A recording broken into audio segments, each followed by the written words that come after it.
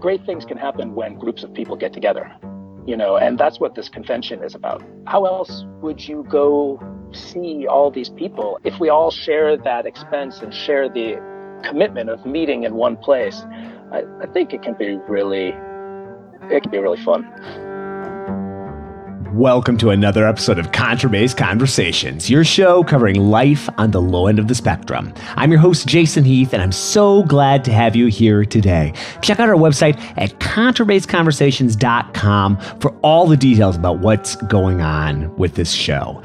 Today, we are featuring an inside look at the 2017 ISB convention, the International Society of Bassists' 50th anniversary convention. And we're looking inside with convention host and ISB president-elect Nicholas Walker.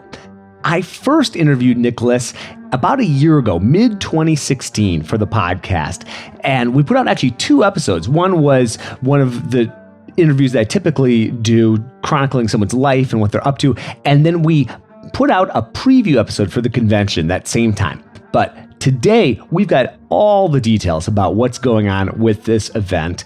I can't wait for this event. I look forward to these so much, and I really hope to see you there.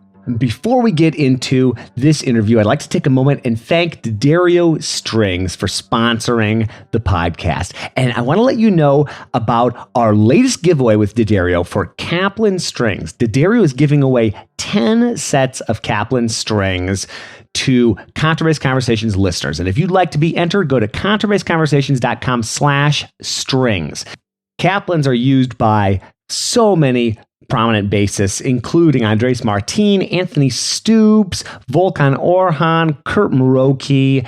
The list goes on and on. By the way, those all are people that have been on the podcast and use Kaplans. I'm using Kaplans on my bass right now. I love the tone, the response. Like all D'Addario strings, they're made in their factory in New York. And thanks for sponsoring the podcast. I'd also like to thank the Violin Shop, which offers the Southeast's largest inventory of bassists. And in addition to basses, they also offer a full line of French and German bows, from entry-level student bows to high-end bows like Fretschner and Nuremberger bows. And each bow is personally selected prior to sale to ensure that customers can choose from the very best. Learn more about everything that they have to offer at bassviolinshop.com.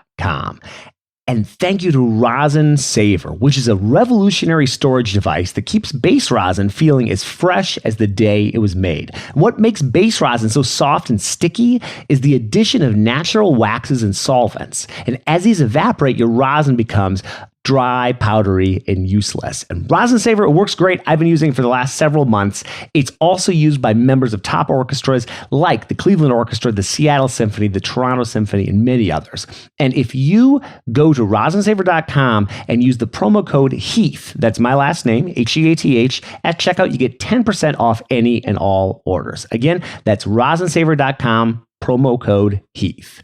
We're going to hear a bit of Nicholas playing on this episode as well. We'll start with an excerpt from Lost Time, and we'll end with an excerpt of Just Don't Go. And they're both from the album Awful Good, featuring Tenzin Chopok and Nicholas Walker with Greg Evans and Rosie Newton. And it's available at the ISB store. Check out the show notes for a link. All right, here we go with our insider look at the 2017 ISB convention.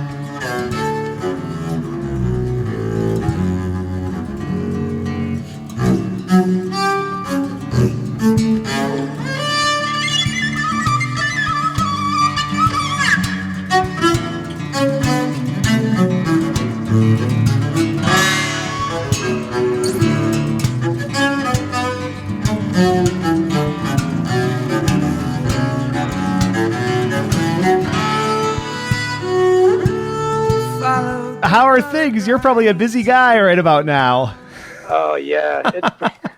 It's busy. It's very busy. You know all about that. Well, I can't even imagine putting on an event, like that kind of an event with all the moving parts in addition to the full-time job. Yeah. It's funny. I was talking with somebody about that the other day because, when you're a musician, or I think particularly a string player or maybe even more a bass player, I don't know.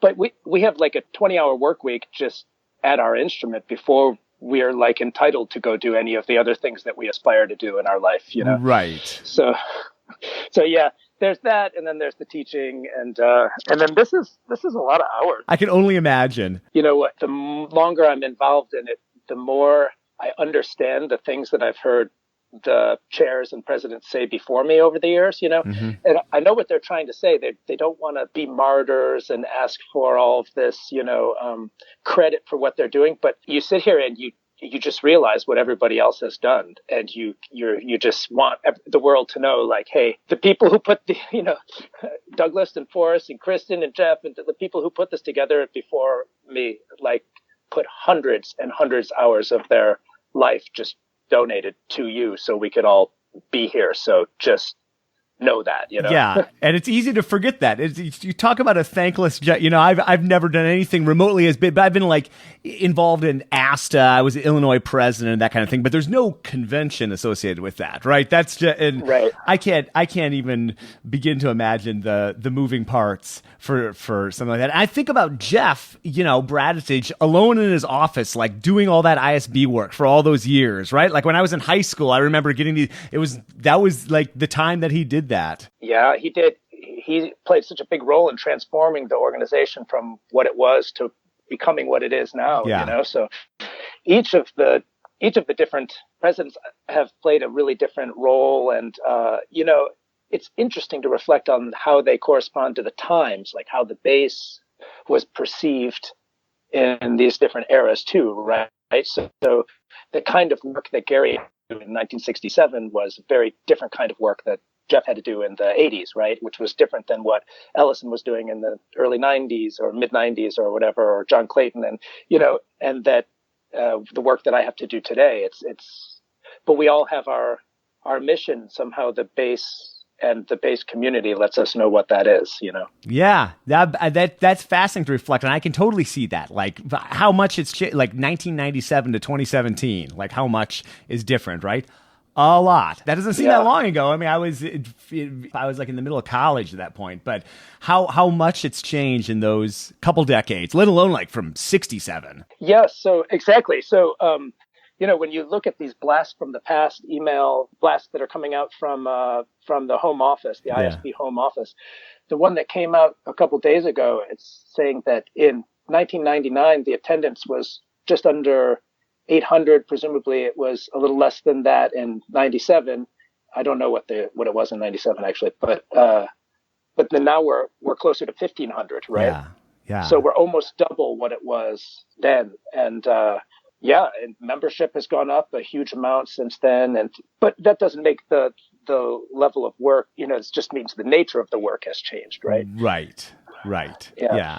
To know that they've given so much. I mean, that is one thing I would love to underscore to anybody who's listening to your program, is just that if you see a name attached to the ISB, it's somebody donating their time. Right. And their money. Mm-hmm. Nobody gets paid.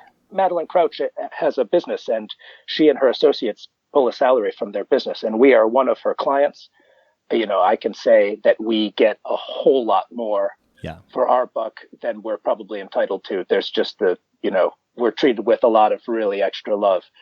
So even there's a huge amount of donation. Actually, there's literally monetary and time donations from the members of that team also. But anybody else, everybody who's performed at any convention at any time, they've played for free. Not only have they played for free, they've probably paid for their collaborators to come. They've probably donated instruments and bows and monies for the competitions and for the students. And, I have people all the time who I'm now aware of sending monies and sending materials for donations that just ask to remain anonymous. And I just want to scream their names from, from the rafters, but they really want it to be quiet. And it's just what they feel they want to do. And I mean, people giving $20,000 instruments and huge gifts and just wanting to make an experience possible for people that couldn't otherwise have it. Well, and that's one of the special things about kind of the bass community, right? I think that may happen in other communities, but that's just something that I think really distinguishes the bass family. I was talking with a family that just made a donation to help to get kids to the Young Bassist program who wouldn't otherwise be able to afford to come. And one of the things that the parents were saying, they had a child who participated in the conventions years ago and is now a fancy pants. But they're an affluent family, and what they realized is they were saying, we always thought that we just showed our children unconditional love, that would be enough in the world. That's all they would need to go out and thrive. And when their children were young, they sort of realized that there's this external component, which is that from their perspective, the child needs to go out in the world and feel like I belong here. There's a place for me. I'm good at something. I'm a part of something. It matters when I work at something and when I contribute to something. And when their child came in contact with the convention and the bass through the convention, that's when all that stuff fell in place. And the sense of self, the sense of just rubbing elbows with Ray Brown and all the greats who just treated that child as a complete equal. Because if you love the bass, we love the bass. We're all trying to work at this together. And it's true. I mean, it's a not-for-profit organization, the ISB, and we are all about education and connection and inspiration. But let's face it, we're not building, a water cistern in a, hurricane ravaged country. It's first world stuff. But I think on a person to person basis, it really makes difference in people's lives. And I know it has in mine, and I know it has for you. And so, if there's an opportunity for us to connect, for any group of people to connect around something they love and something they love to do, it's worth supporting. And I've noticed that great things can happen when groups of people get together, and that's what this convention is about. How else would you go see all these people and share all of these perspectives adjacent to one another, concurrently with one another, sitting next to so-and-so? If we all share that expense and share the commitment of meeting in one place, I think it can be really fun. Oh, well, and in this day and age of Facebook and constant connection and that sort of thing, there's nothing like the live event. There's no way to replace. I mean, you might think, oh, you can learn, like what I do, like I interview all these people, and that's great, and that's like an introduction to people. But there is nothing like that in-person event. And even with events like that, there's no event I've been to quite like the ISB. And it's that level of kind of like you said, like rubbing shoulders with Gary Carr and Ray Brown, and just the openness and friendliness and willingness to just share and give that kind of distinguishes bass players. I think that's what makes an event like this uniquely special. I am firmly convinced that a violin conference would not be the same kind of vibe, right? But the bass conference, right? It's like a special thing. We also talk about the fact that Gary Carr and Francois Rabath, two of the most famous names in the world of bass, they've never actually met, but they're going to at the 50th anniversary convention. I've spoken to each of them. They can't wait to meet each other. They've each held each other in such high esteem, and they have such evident affection and appreciation for one another that when I speak to them, I mean, it's going to happen at this convention, and they can't wait. And meanwhile, the rest of the bass world for 50 years have been having conversations with those two names in one sentence as though they are somehow connected, and all they've ever wanted to do is have the opportunity to meet one another, So it's that kind of a thing. You're right. It's just the nature of bass players that these are two men who have made hit recordings in the 1960s that completely shaped and changed the course of our instrument. Where else are they gonna meet? And honestly, I wish you could hear the excitement in their voices at this opportunity. So. Who knew? That's a photo op. There are going to be some great pictures coming out of that. Yeah, and how fascinating. Yeah, as you mentioned that, yeah, like two people that really appeared and started to shape the bass world in the 1960s, right? In such different ways, right as the ISB was coming into fruition with what Gary did. Wow.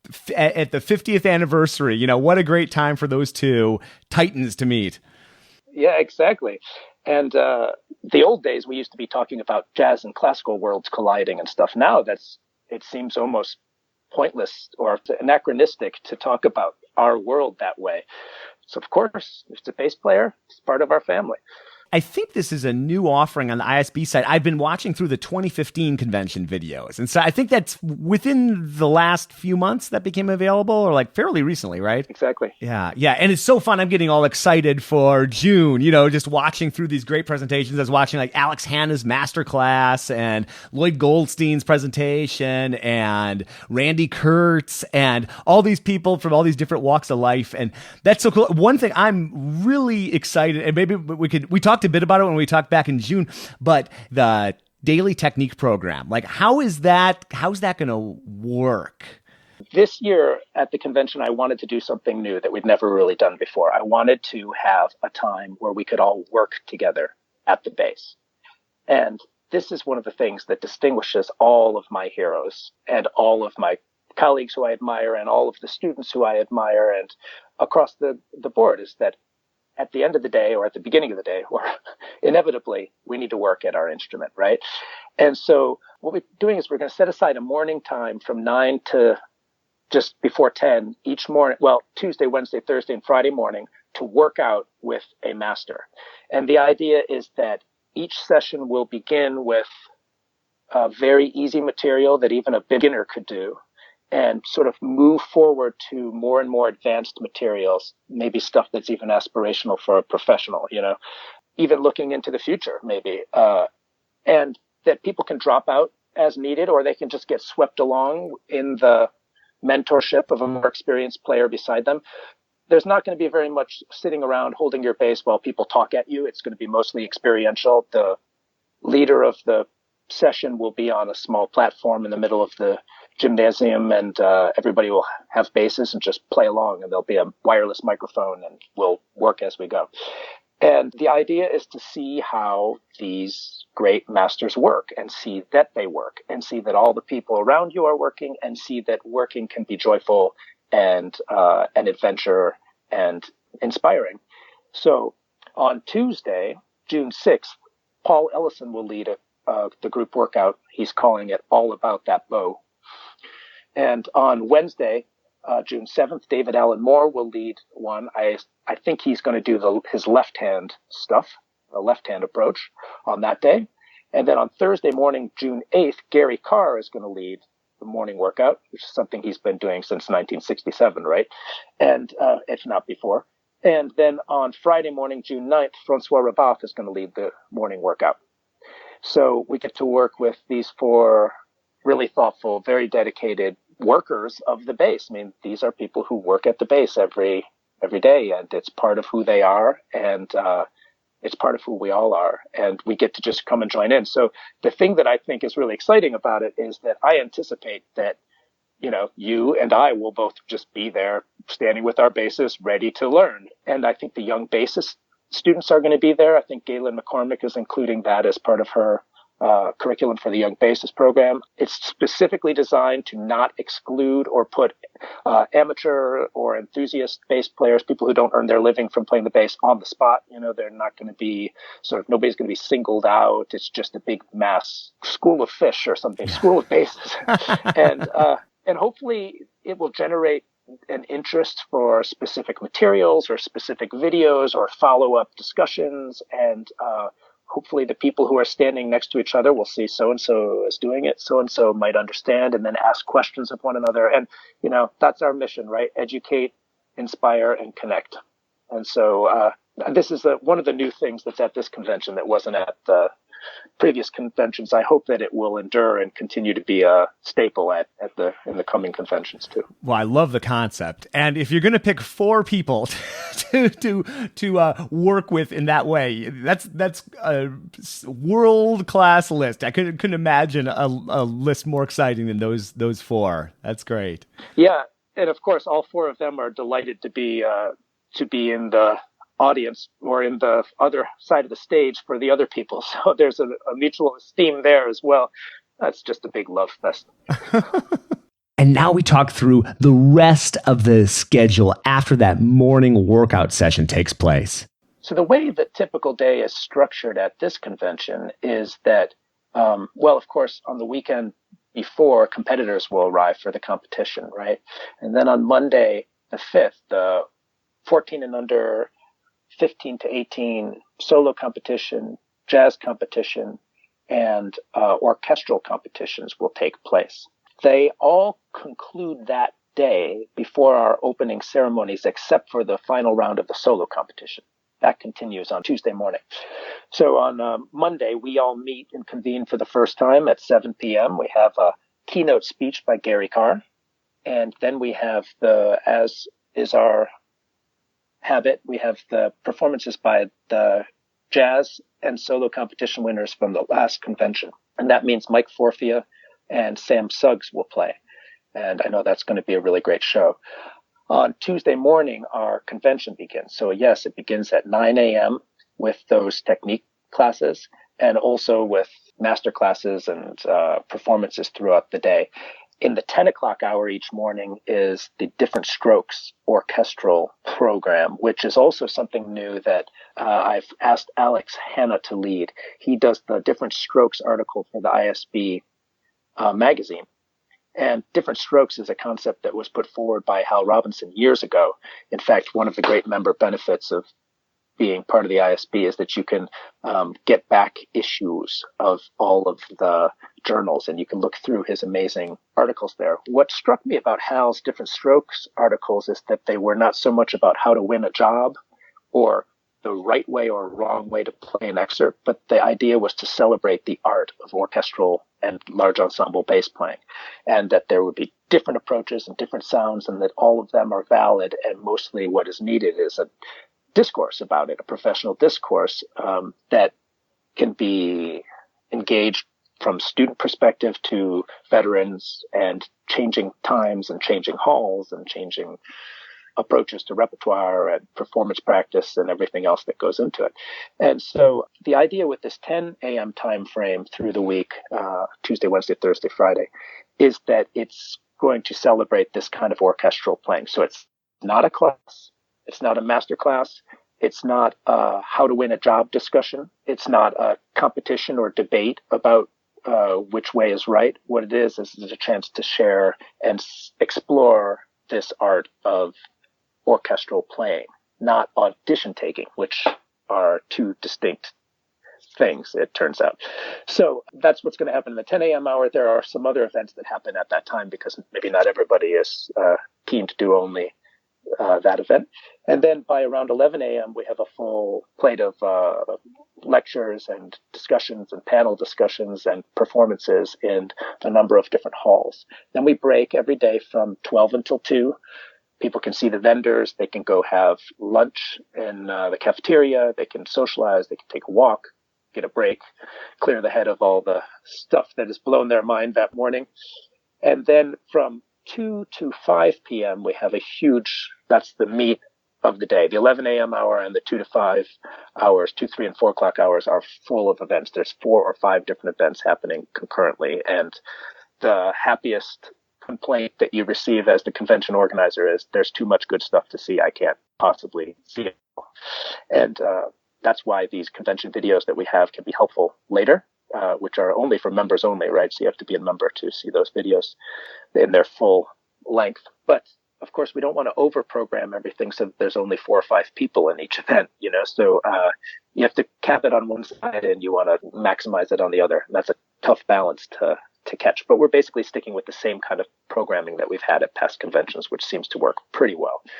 And then in the 5 p.m. hour, there's only 2 events happening. And then at the evening hours, there's only one concert at a time. So the idea is that those are the hours where more of us are together in one spot. And I'll tell you about what the 5 p.m. hours and evening headline spots hold for Tuesday, Wednesday, Thursday, Friday, Saturday. So on Tuesday at 5 p.m., we have Talking Hands with John Clayton, Rufus Reed, Martin Wind, and Lynn Seaton, and also Bossa Nova Quartet, which is a terrific bass quartet playing classical string quartet music, and they blew me away when I heard them at TCU last spring, and you guys are going to be knocked out by that too. That evening, we have announcement of the winners of the solo competition, which will conclude earlier that day, and also Alexandra Scott, associate of the Bavarian Radio Symphony, I think, and Larry Grenadier is going to play with his wife, Rebecca Martin, singing on half of the program. So she is a great, great singer. And that will be a delight for us, I know. On Wednesday, the 5 o'clock hour is Sybarite 5, the chamber music group led by, in part by Louis Levitt. And Max Zugner and his wife are going to play a recital in the other hall at that time. Wednesday night, we have Rick Stotin and Francois Rabath. Rick is the principal of the Swedish Radio Orchestra. And of course, Francois Rabath is going to, everybody knows who he is. And he's playing with his son, Sylvain Rabath, piano. Ironically, Sylvain played his first professional concert with Francois, his father, at Ithaca College 10 years ago in 2007 when they came to visit. So that will be a fun little reunion. On Thursday, June 8th at 5 p.m., we have a bunch of performers who are playing the music of Teppo Hatato. And at the same time, Frederick Allery, the French-Canadian jazz double bass player, is playing with Judy Silvano, Joe Lovano's wife, who's a great jazz singer. So that will be another thing. That evening, we have our young headlining artist, Rex Serrani, who's principal of the Metropolitan Opera, and followed by Christian McBride. And then the next day, on Friday, June 9th, Simone Marciniak and Evan Mitchell will play at 5, and Hans Sturm and his wife, Jackie Allen, will play at 5 in Nabenauer. That evening, we have concert by Joel Quarrington, followed by, who's principal of the National Arts Centre Orchestra in Canada and one of our longtime heroes, and Sebastian Dubé, who's the principal of the Swedish Chamber Orchestra, and is coming with, I don't know, some really special and interesting collection of Nordic chamber folk groove music that is going to knock everyone out. Finally, on Saturday at 5 p.m., the great Craig Butterfield with Jesse Jones, their mandolin bass duo, which is really outstanding, absolutely outstanding, and Alexis Quadrado's group from New York City. And that evening, Matt McDonald, principal of Berlin Phil, is playing, followed by the great Mark Dresser and Hank Roberts. And Hank Roberts happens to be based in Ithaca, New York. So that will be another fun thing. Yeah. And earlier that day, we have Chuck Israels will be here with Steve Brown. We'll have a dedication of the Scott LaFaro Archives. There'll be lots of other really fun, and dozens of other great names who everybody knows that I didn't even list. I feel embarrassed just not even saying them. They're all listed in ISB Connect links and ISB World Office site. So go check it out. Come. We want you all here. This is all for, it's all for us, for you. Without us being here, it doesn't make any sense. We've hugely increased the number of European and South American artists who are taking part. The idea is to make it even more global and more international Society of Bassists and make sure it's not only the North American Society of Bassists. We've also worked hard to try to fund the possibility of some, journeymen or women musicians, people who maybe don't have an academic post, or maybe they're not part of a full-time orchestra, people who are out there gigging and working all the time and in the trenches, as it were. And we've wanted to make sure to include that demographic and all the amazing approaches to the instrument and the important culture that they carry at the convention as well. And we have the after-hours jam session, which will be led by Miles Brown. People can come and join in, sit in with a really hot band, and if you're not still desperate for more bass music at that hour, you can enjoy an adult beverage and sit in the beautiful Ithaca air and catch up with old friends. So if you haven't been, it's such I can't recommend it highly enough. There's no event like that. I've gone to a lot of conventions. Nothing can hold a candle to the ISB convention, just in terms of the inspiration you get, what you learn, these great artists that you get to see, the new friends you make, the old friends you catch up with. There is just it'll charge your battery for the next 2 years.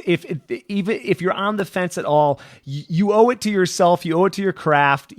Go to this event. It is absolutely the first class, and like Nicholas and I are talking through, it just continues to evolve convention after convention. I'm just so excited to hear these new developments and see what you're bringing to it. So I just want to say congratulations to you. And like we said at the beginning, this is the most colossal unpaid job imaginable, and the work that goes behind the scenes to putting an event like this together. You can't even begin to imagine all these moving parts. And so thank you for what you're doing. And folks, come to the convention. I'll be there. I'd love to meet you in person. And I really hope to see you there also. Right on.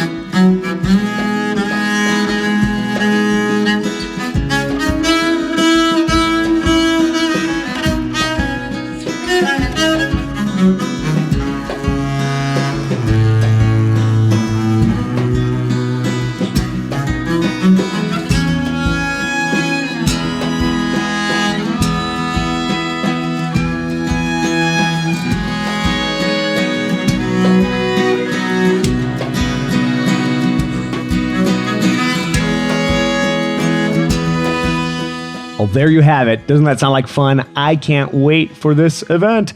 ISBconnect.org has all the details. If you are going, let me know. feedback@contrabassconversations.com. I would like to organize some sort of meetup. I need to figure that out since the convention's getting kind of close, but I would love to meet you in person. There's such fun events. If there is any conceivable way for you to swing it, you won't be disappointed. If you listen to everything Nicholas is describing, it's such a cool event. It's such a great opportunity to meet all these people. If you follow along with the podcast, I'd say over half of the guests that you've heard on this show will be at that event. And if you're going, let me know. It'd be great to see you in beautiful Ithaca, New York in the summer. Oh, I can see it now. Thanks again for tuning in. Much more great content coming your way in the next few days, and we will see you again soon for more life on the low end of the spectrum.